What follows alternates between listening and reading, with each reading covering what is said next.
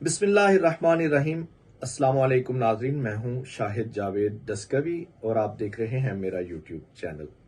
ناظرین، بنوں میں counter terrorism department کے کمپاؤنڈ پر حملہ کرنے والے تحریک طالبان پاکستان یعنی TTP کے دہشت گردوں کے خلاف سیکیورٹی فورسز نے کامیاب آپریشن کیا ہے اور اس آپریشن میں CTD کے کمپاؤنڈ پر قبضہ کرنے اور وہاں موجود اہلکاروں کو یرغمال بنانے والے تمام کے تمام دہشت گرد ہلاک کر دیے گئے ہیں۔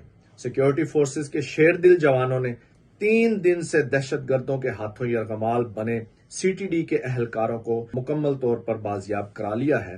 اس آپریشن میں سیکیورٹی فورسز کے 2 جوان شہید ہوئے اور 10 سے زائد کے زخمی ہونے کی اطلاعات موصول ہوئی ہیں۔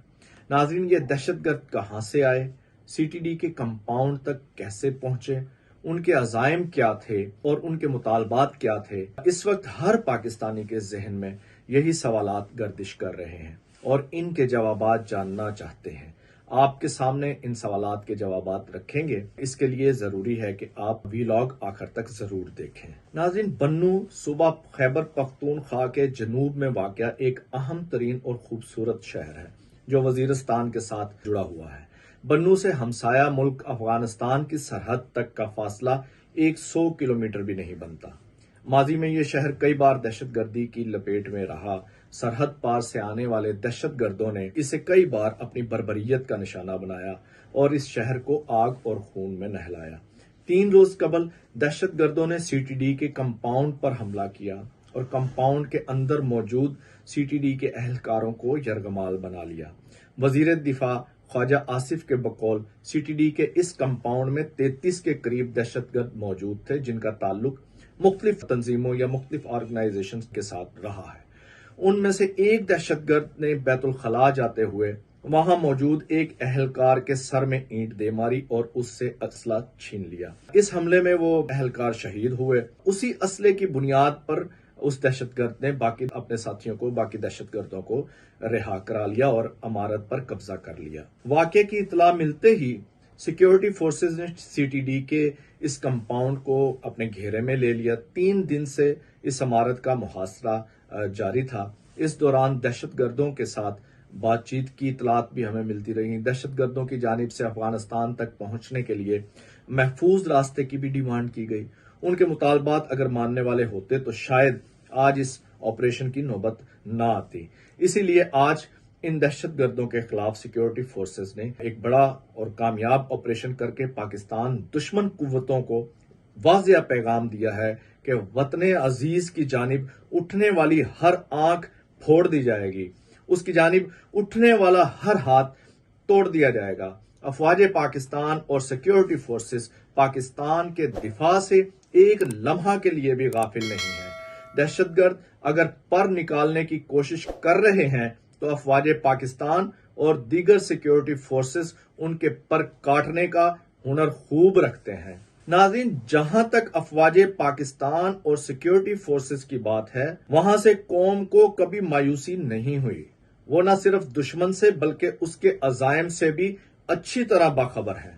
لیکن کیا ہماری سیاسی قیادت کو حالات کی سنگینی کا ادراک ہے؟ ہرگز نہیں۔ ملک ایک طرف معاشی دہشت گردی کا شکار ہے اور دوسری طرف پاکستان دشمن قوتیں اپنے مذموم مقاصد کے لیے ایک بار پھر آگ اور خون کا کھیل اس ملک میں کھیلنے پر تلی ہوئی ہے۔ سیاسی قیادت کی طرز سیاست کی وجہ سے پوری قوم الیکٹرانک اور سوشل میڈیا پر ایک ہیجانی کیفیت کا شکار دے رہی ہے۔ پورے ملک پر ایک غیر یقینی صورتحال کی چادر تنی ہوئی ہے جس کے باعث اندرونی اور بیرونی بہت ضروری معاملات کو ایک تسلسل کے ساتھ نظر انداز کیا جا رہا ہے۔ ایک جانب ہمیں بھارت دھمکیاں دے رہا ہے اور دوسری جانب افغانستان کی حکومت سفارتی آداب اور بین الاقوامی اصولوں کی پرواہ کیے بغیر ہماری سرحد پر مسائل کھڑے کر رہی ہے۔ افغانستان میں چھپے ہوئے TTP کے دہشت گرد اب پاکستان کے اندر کارروائیوں پر اتر آئے ہیں۔ ایسے نازک وقت میں جب پوری سیاسی قیادت اور قوم کو وطن عزیز کے دفاع اور سلامتی کے لیے افواج پاکستان کے شانہ بشانہ کھڑا ہونا چاہیے تھا، ہم اپنی گندی سیاست سے ایک دوسرے کا منہ کالا کرنے کی کوشش میں لگے ہوئے ہیں۔ ایسا لگتا ہے جیسے کسی کو پاکستان کا مفاد عزیز ہی نہیں۔ ہر کوئی اپنی کرسی اور اپنے مفادات کے لیے ہاتھ پاؤں مار رہا ہے۔ کرسی کی اس لڑائی میں ہم افواج پاکستان جیسے عظیم ادارے کو بھی تنقید کا نشانہ بنانے سے گریز نہیں کر رہے۔